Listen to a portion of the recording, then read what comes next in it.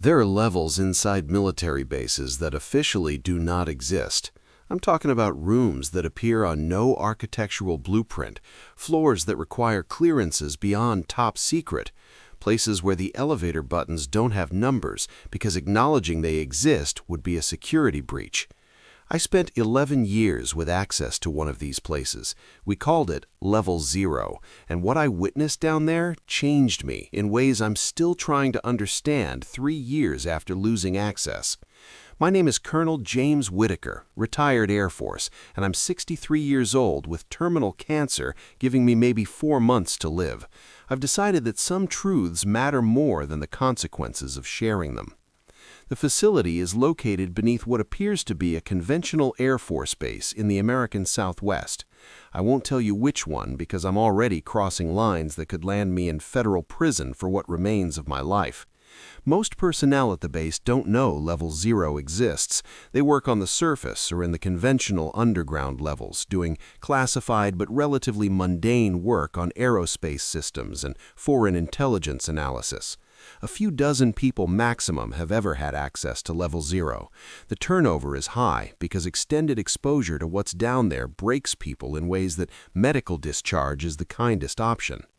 Getting clearance for Level Zero took me 3 years of psychological evaluation that was more invasive than anything I'd experienced in 20 years of holding top-secret clearance. They weren't just checking if I could keep secrets, they were evaluating whether my mind could handle what I was about to see without fracturing. The screening included drug-assisted interviews, where they asked questions while I was under the influence of compounds that supposedly made lying impossible. They did brain scans, looking at activity patterns when I was shown disturbing images to see how I processed cognitive dissonance. They interviewed everyone I'd ever been close to, looking for any indication of instability or vulnerability to psychological pressure. And even after I passed all that, I had to sign documents acknowledging I could be detained indefinitely without trial if I ever spoke about Level Zero to anyone without proper clearance. The first descent took 47 minutes. The elevator moved so slowly you barely felt motion, just a subtle sense of pressure changing as you dropped through solid rock. The elevator car was small, maybe 5 feet square, with walls that were some kind of metal I couldn't identify. It didn't reflect light normally. Surfaces seemed to absorb it in a way that made the space feel even more claustrophobic than the dimensions suggested. There was no music, no indicator showing what level you were passing, just silence and that slow descent into increasing darkness, even though the car itself was lit. My first time down, I was alone, except for the security officer who rode with every new person to ensure they didn't panic during the descent. He was a captain named Morrison, been working Level Zero security for 6 years, and he had that look people get when they've seen things that fundamentally altered them. His eyes were different. Hard to describe, but it was like he was looking at you and through you simultaneously, always assessing, always calculating threat levels, even in casual conversation. He didn't speak during the entire 47-minute descent, just stood there watching me, probably evaluating whether I was going to handle this or whether I'd be screaming to go back up before we even reached the bottom. About 30 minutes into the descent, I started feeling strange. It wasn't claustrophobia exactly, more like a pressure building in my head, behind my eyes, a low-frequency hum that I felt in my chest more than heard with my ears. Morrison noticed my discomfort and spoke for the first time. That's normal. The deeper levels affect people differently. It gets worse before you adjust. I asked what was causing it. He just said proximity and wouldn't elaborate. The hum intensified for the final 15 minutes until it felt like my skull was vibrating. Then the elevator stopped, the doors opened, and the sensation immediately vanished, replaced by something worse. Silence so complete it felt wrong, like the air itself was absorbing sound. The anteroom was circular, maybe 30 feet across, with walls made of material I couldn't identify. It looked like stone, but felt wrong when I touched it. Neither warm nor cold, just neutral in a way that natural materials aren't. The lighting came from nowhere visible, just a soft glow emanating from the walls themselves. No fixtures, no bulbs, just light that didn't cast shadows properly. 3 doors led out of the anteroom, each made of that same strange material, each with biometric locks that required palm scan, retinal scan, and something else I couldn't identify, maybe breath analysis or pheromone detection. Morrison led me to the left door, and we passed through into a corridor that curved gently, making it impossible to see more than 50 feet ahead. Captain Morrison stopped me before we went further. He explained the protocols with the kind of intensity that made clear people had died, or worse, from not following them. Never touch any artifact directly, even if it appears inactive. Never enter a chamber alone. Always maintain visual contact with your security escort. If you start experiencing auditory hallucinations, report them immediately and you'll be evacuated. If you see movement in your peripheral vision but nothing's there when you look directly, same protocol, immediate evacuation. And most importantly, if any artifact appears to activate or respond to your presence, freeze completely. Don't move or speak until security can assess the situation. He said 3 researchers had been lost over the decades Level 0 had been operational, just gone, no bodies recovered, and several others had suffered psychological breaks so severe they were permanently institutionalized. The first chamber I was cleared to enter contained what looked like a perfect sphere, hovering 3 feet off the ground with no visible means of support. It was about 6 feet in diameter, made of material that appeared metallic but shifted through colors as you moved around it. Not like normal light reflection, but the material itself seemed to change, cycling through spectrum that included shades I couldn't quite process, colors that didn't fit into any category my brain recognized. The sphere had been recovered from a cave system in South America in the 1940s, found alongside remains that carbon dating suggested were millions of years old, though I wasn't given details about those remains during my first visit. Morrison positioned us 20 feet from the sphere, said we wouldn't approach closer during initial orientation. He explained that the sphere generated a field that affected human consciousness in measurable ways. Personnel who spent extended time near it reported vivid dreams that felt more real than normal dreams, more like memories from lives they hadn't lived. Some reported sudden understanding of complex concepts they'd never studied. Others experienced overwhelming emotions that didn't seem to be their own, like they were feeling what someone else felt in another time or place. And a few reported visual hallucinations even after leaving the chamber, seeing the sphere in their peripheral vision when they were miles away, like it had established some kind of connection with their consciousness. Standing there looking at that impossible sphere, hovering in defiance of gravity, I felt something I hadn't felt since childhood. Pure wonder mixed with primal fear, the recognition that I was in the presence of something so far beyond human understanding that my mind struggled to even categorize it. But underneath that was something else, a creeping dread that intensified the longer I looked at the sphere. It felt like being watched by something vast and alien, an intelligence that perceived me in ways I couldn't perceive it. Morrison must have seen my expression change because he said we were leaving and we exited immediately, returning to the corridor where the sensation faded but didn't disappear completely. The second chamber was where things got worse in a different way. This room was larger, maybe 50 feet long and 30 wide, with dozens of what looked like containment units lining the walls. Each unit was roughly coffin-sized, made of transparent material that showed what was inside. And what was inside were bodies, humanoid but definitely not human, preserved in some way that had kept them intact for what I was told were millions of years.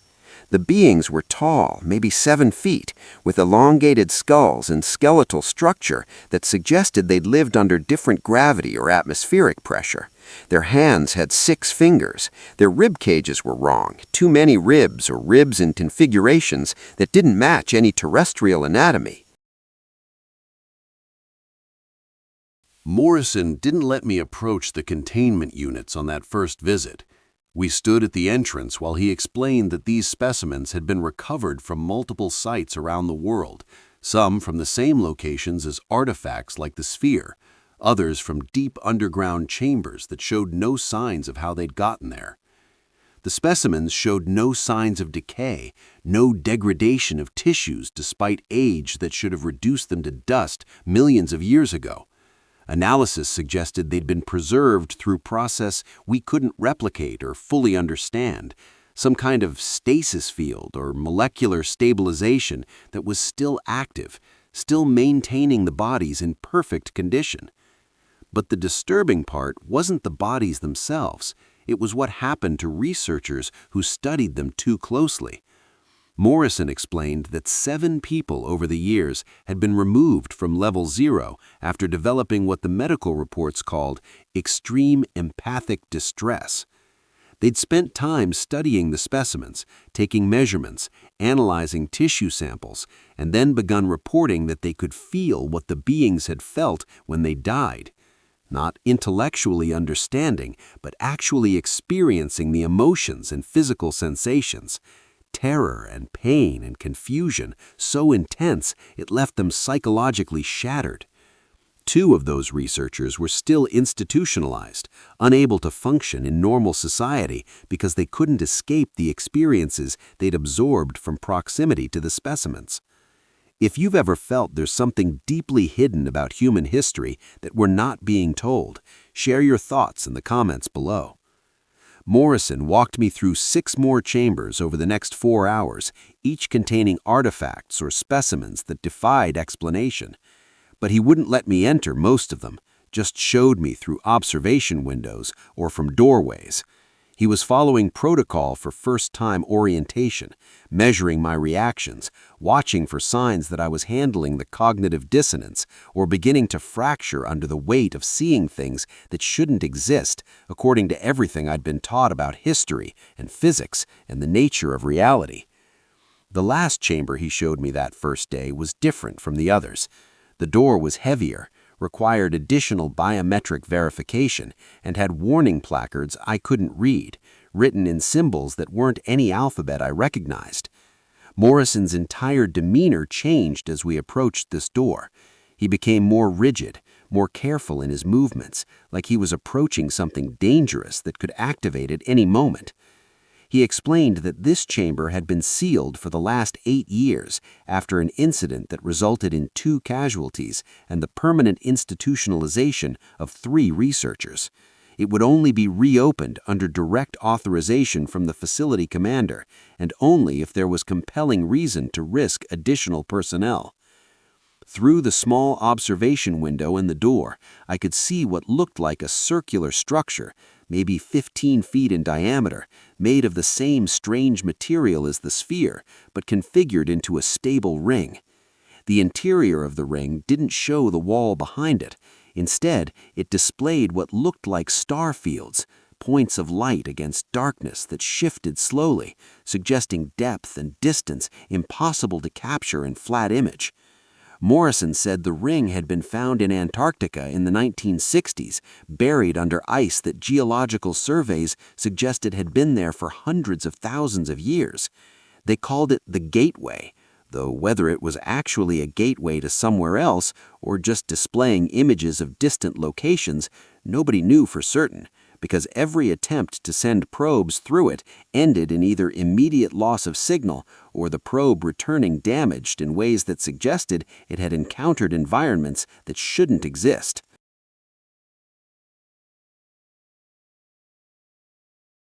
The incident that got the chamber sealed involved a researcher who claimed the gateway had shown him something specific, something directed at him personally rather than random astronomical imagery. He'd reported seeing a facility or structure that looked similar to Level 0 but wasn't Level 0, and beings that looked like the preserved specimens but weren't dead, weren't preserved, were moving and apparently active. He'd become convinced that the gateway was showing him locations where others, like the specimens, still existed, civilizations that had survived whatever catastrophe destroyed the ones we'd found remains of. He'd attempted to go through the gateway physically, and his security escort had tried to stop him, and in the struggle, both had fallen through. The researcher vanished completely. The security officer came back 3 minutes later, but he wasn't the same. He was physically intact, but psychologically destroyed, couldn't speak coherently, just kept repeating fragments of sentences about vast spaces and watching eyes and time that moved in wrong directions. He lasted 6 days in psychiatric care before his heart simply stopped for no medical reason they could determine. Morrison said after that incident, the gateway chamber was sealed and a decision was made to restrict what researchers were told about the artifacts. Previously, people had been given relatively complete briefings about the history and properties of what they'd be working with, but that approach seemed to seed ideas that became obsessions that led to incidents like the gateway researcher. The new protocol was minimal information, need-to-know basis only, and anyone showing signs of becoming too fixated on particular artifacts would be rotated out before obsession could develop into something dangerous. My 11 years with Level 0 access followed that pattern. I was rotated between different chambers, never allowed to focus on any single artifact long enough to develop deep familiarity. I'd spend 3 months studying the sphere, then be moved to analysis of material samples from the specimens, then to documentation review of historical records about recovery operations, then back to something else. The rotation was deliberate, designed to prevent the kind of deep connection with the artifacts that had broken previous researchers. But even with rotation, I could feel the place affecting me. The dreams started within the first month, not every night, but regularly enough to be concerning. Dreams of places I'd never been, cities that didn't look like any human architecture, beings that weren't quite the same as the preserved specimens, but similar enough to suggest relationship. The psychological screening intensified. Monthly evaluations became weekly, then twice weekly. They were watching me and all Level 0 personnel for signs of what they called cognitive contamination, the idea that prolonged exposure to the artifacts was somehow altering consciousness in ways that started with dreams and strange thoughts, but could progress to full dissociation from consensus reality. 3 people during my tenure were medically discharged for cognitive contamination. They weren't broken like the Gateway researchers' security escort, but they'd changed in ways that made them unreliable for continued access. They'd talk about the artifacts like they were alive, like they had intentions and awareness. They'd describe feeling connected to them, even when physically distant. One researcher claimed she could still see the sphere even with her eyes closed, that it existed in some space that wasn't purely physical, and that once you'd seen it, you could never fully unsee it. I understood what she meant because I felt it too by the end. The sphere, in particular, haunted me, even away from Level 0. I'd be home, trying to sleep, and would sense its presence, not visually, but as a kind of weight on my consciousness, something vast and patient, observing me from whatever space it existed in. I never reported these experiences because I knew reporting would mean immediate removal from the program and possibly institutionalization if the experiences were judged severe enough. So I stayed quiet and maintained the appearance of being unaffected while internally struggling with perceptions that didn't fit any framework I had for understanding reality. The worst part wasn't the artifacts themselves or even the strange experiences they generated. It was watching other people break under the pressure of what we were seeing and being unable to help them because acknowledging their experiences as real would validate your own.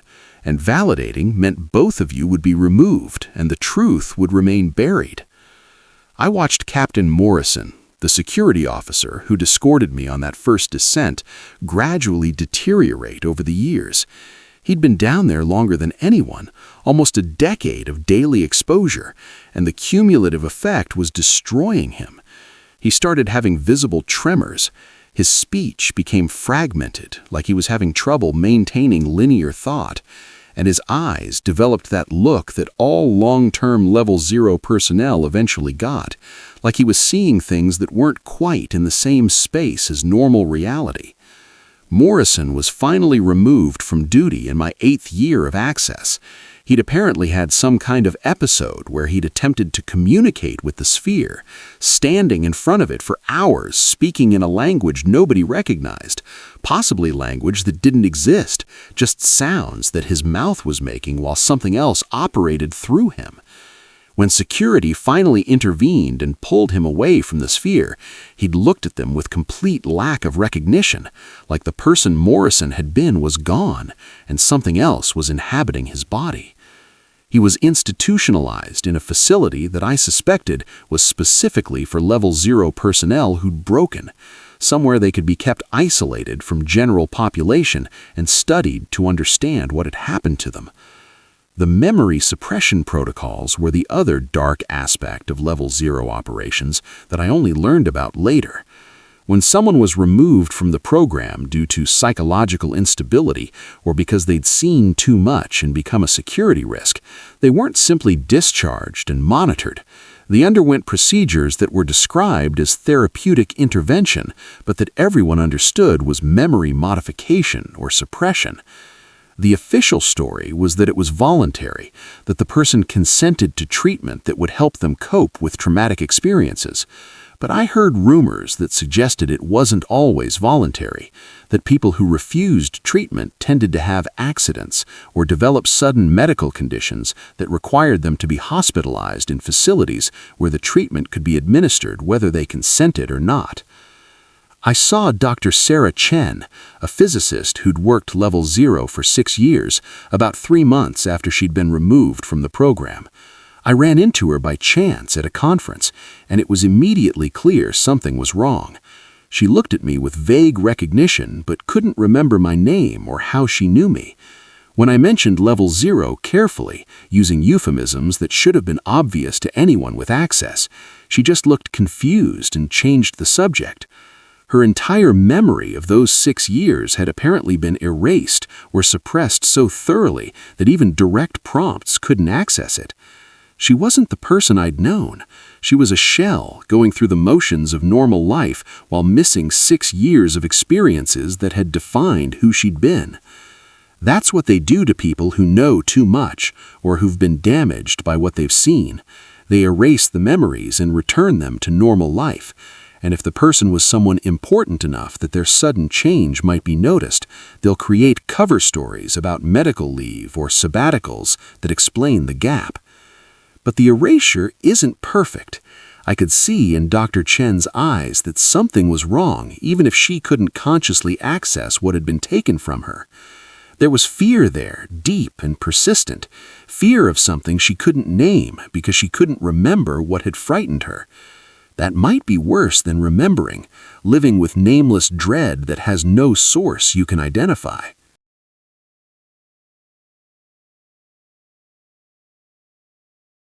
I requested discharge from the Level 0 program in my 9th year, but it took 2 more years of negotiation and evaluation before they'd release me. You don't just leave. You're too valuable, know too much, represent too significant a security risk. They have to be convinced that you're not going to talk, not going to write memoirs, not going to have conscience crisis and go to journalists. They evaluate your finances to make sure you're not vulnerable to being bought. They monitor your personal relationships to ensure nobody's pressuring you or could use leverage against you.